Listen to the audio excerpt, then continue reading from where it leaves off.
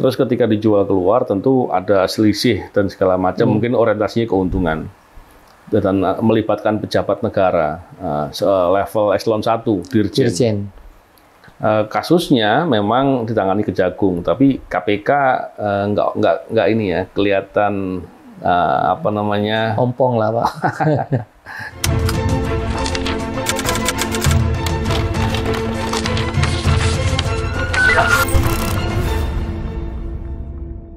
Bismillahirrahmanirrahim. Assalamualaikum warahmatullahi wabarakatuh. Salam integritas anti korupsi.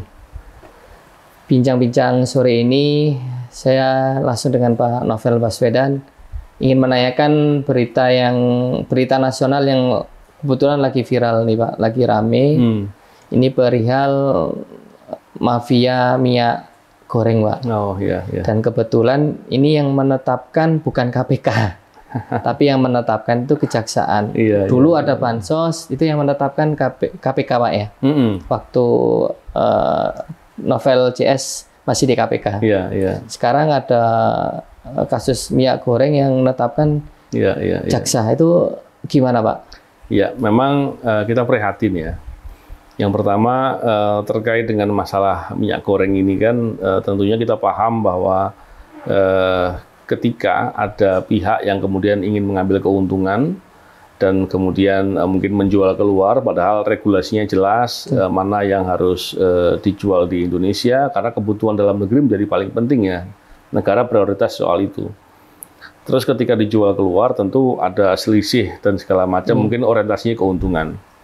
Dan melibatkan pejabat negara, level eselon 1, Dirjen. Kasusnya memang ditangani Kejagung, tapi KPK nggak ini ya, kelihatan ompong lah Pak. Kelihatan kurang fokus di situ. Padahal kalau dilihat kasusnya yang sebelumnya, kasus terkait dengan bansos contohnya, sama-sama untuk kepentingan masyarakat bawah lah, dan terjadinya pada saat krisis seperti sekarang. Memang waktu itu KPK bansos juga tangani, tapi terkait suapnya sama dengan hal itu, bansos juga yang berhubungan dengan kerugian keuangan negara yang ditimbulkan itu juga nggak ditarik. Nah ini yang membuat KPK lagi-lagi KPK gitu ya.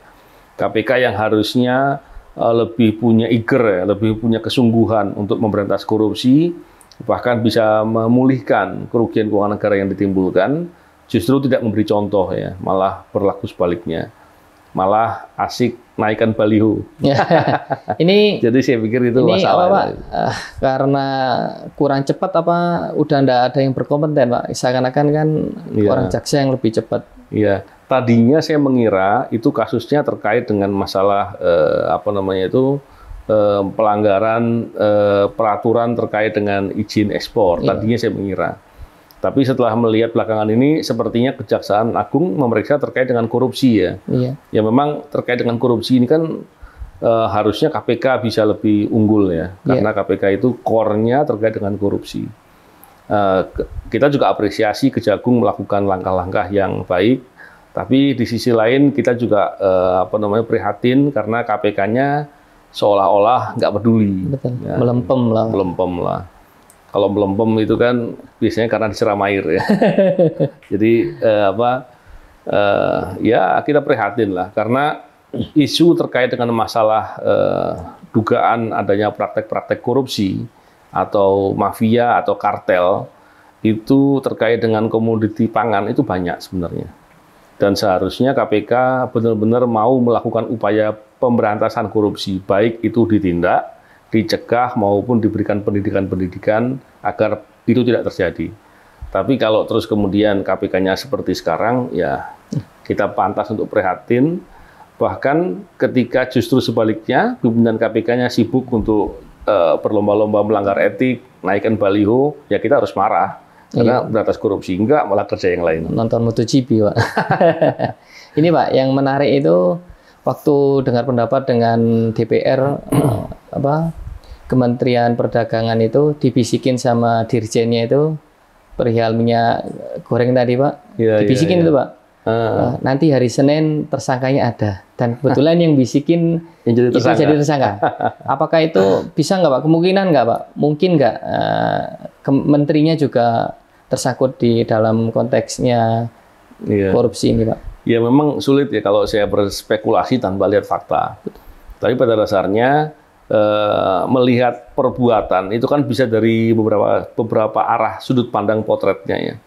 Tadi yang saya katakan bisa jadi kalau waktu itu ada orang yang bisa mempotret kejahatannya itu dari sisi pelanggaran kuota impor, kuota ekspor gitu ya. Harusnya yang diekspor cuma sekian tapi melebihi. Itu kan bisa jadi ada kejahatan di sana. Ya. Tapi ketika kejahatan itu dilakukan bersama-sama dengan aparatur, dalam hal ini pejabat di kementerian, itu korupsi. Dan nggak mungkin dong dia, seperti kejaksaan juga sampaikan kan, nggak mungkin lah kalau ada pejabat mau rela-rela melanggar aturan yang dia bikin sendiri atau yang dia ketahui dengan jelas, dan itu jelas menguntungkan orang yang diberikan privilege gitu ya. Tanpa menerima suatu keuntungan, itulah. Ya, jadi melihat dari dugaannya, memang dugaannya suap.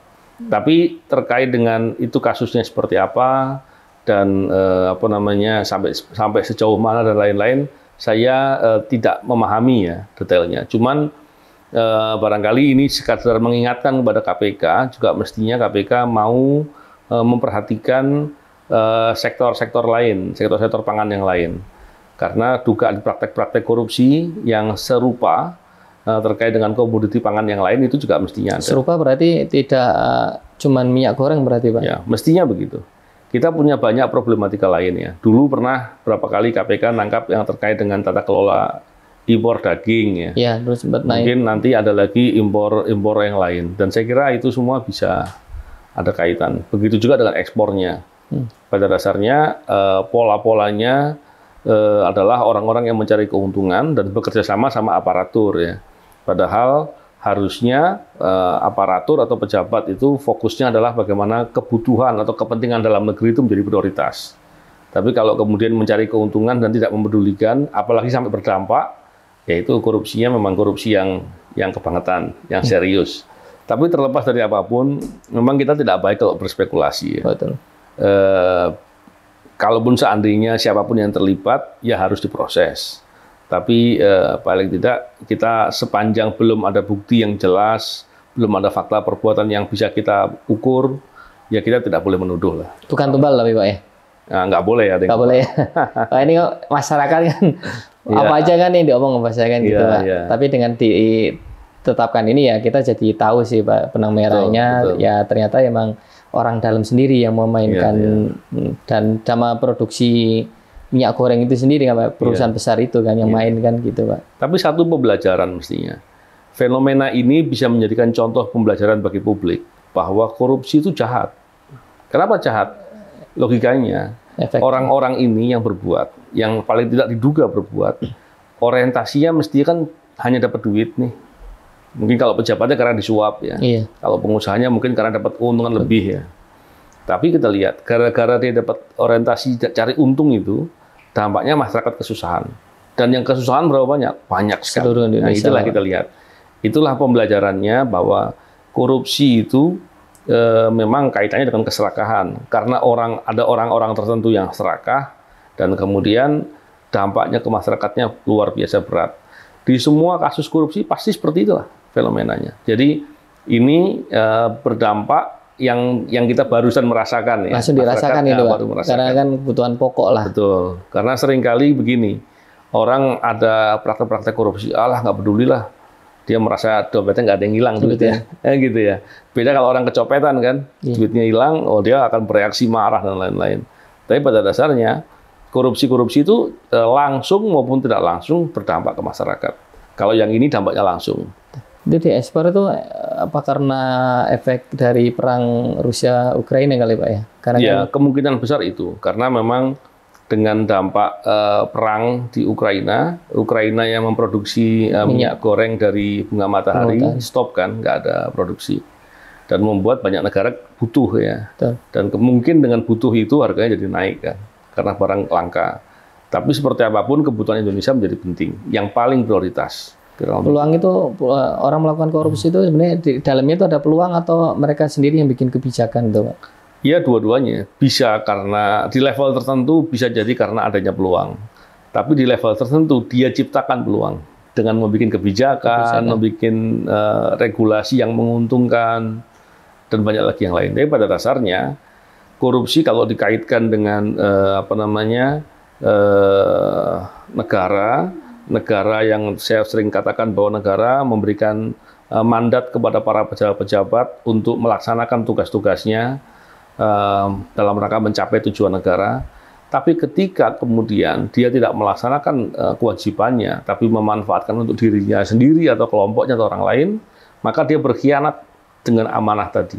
Nah, inilah gambarannya betapa seriusnya gitu ya perbuatan korupsi itu. Dan ketika kita melihat seperti itu, ya mestinya masyarakat semakin paham kritis bahwa dan kritis bahwa mendorong atau memastikan negara fokus untuk tetap menyelenggarakan upaya memberantas korupsi itu suatu hal yang penting, sangat penting.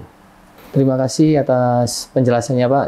Jadi kita sebagai masyarakat kan tidak menduga-duga, Pak. Kalau masyarakat kan hanya menilai di sisi media saja, Pak. Betul. Secara hukum kan, nanti ada pembuktian kan, Pak ya. Benar. Siapa yang main dan tersangkanya siapa ya, itulah yang bersalah. Betul. Bukan karena dibisikin, wah jangan-jangan dia ikut main juga kan gitu kan, Pak. Karena asas dari berita itu, video itu, Pak ya. Terima kasih, Pak, waktunya. Salam integritas, anti korupsi.